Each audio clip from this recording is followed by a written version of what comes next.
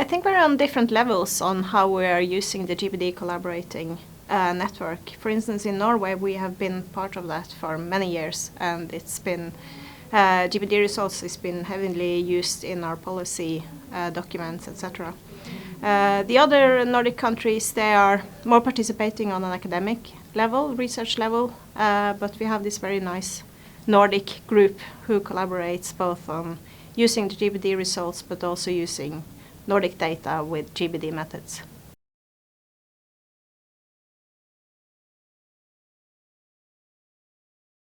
We try to encourage them, we try to show what we're doing in Norway and how the results are being used there to get also their policymakers more engaged in the richness of the GBD data.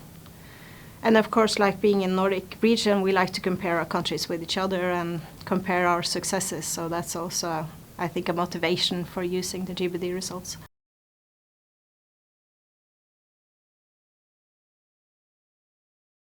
I think it's critical for several reasons. Of course, the comparability that the GBD offers is of very much importance. And when we do cross-country comparisons, we can see, okay, Sweden is doing very well on tobacco as a risk factor, while Denmark is doing poorly on alcohol, and we can compare like the policy being made in the different countries and how that influences on the disease burden from these specific risk factors.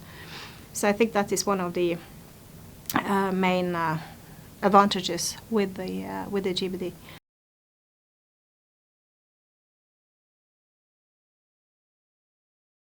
The key health challenge, I think, is the aging of the population, which we're facing in all the Nordic countries. And this will give an immense burden on both our healthcare systems, but also our welfare systems in the future.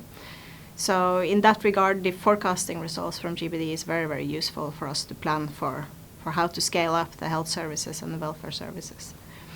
In addition to that, we are concerned about increasing mental health issues in the population and pain conditions, which is an important cause of work disability, which is expensive and also takes down the workforce we have.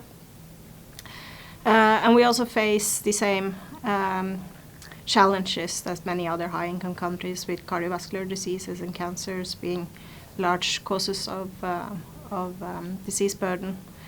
And in terms of risk factors, it's alcohol, tobacco, and diet, and high BMI, which we also see in other high-income countries.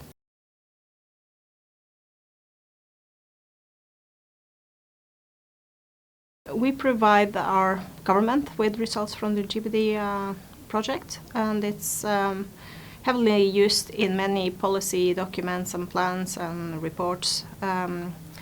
For instance, it has been used as background knowledge for our upscaling of the mental health services, which GBD shows like the influence of mental health issues compared to other diseases. The forecasting results is also very, very useful for Norway and for the health planning and the scaling of the health services. And it's much used in these plans, both from the Ministry of Finance, but also from the Ministry of Health.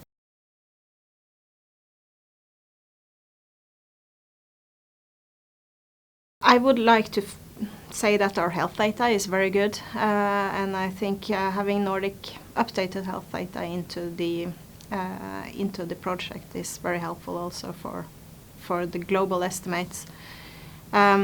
Also, we have a nice group now of Nordic collaborators who gather twice a year and discuss the results and the methods and the models. We use Nordic data with linkage on individual level, and with this we can explore things that cannot so easily be done in the GBD project.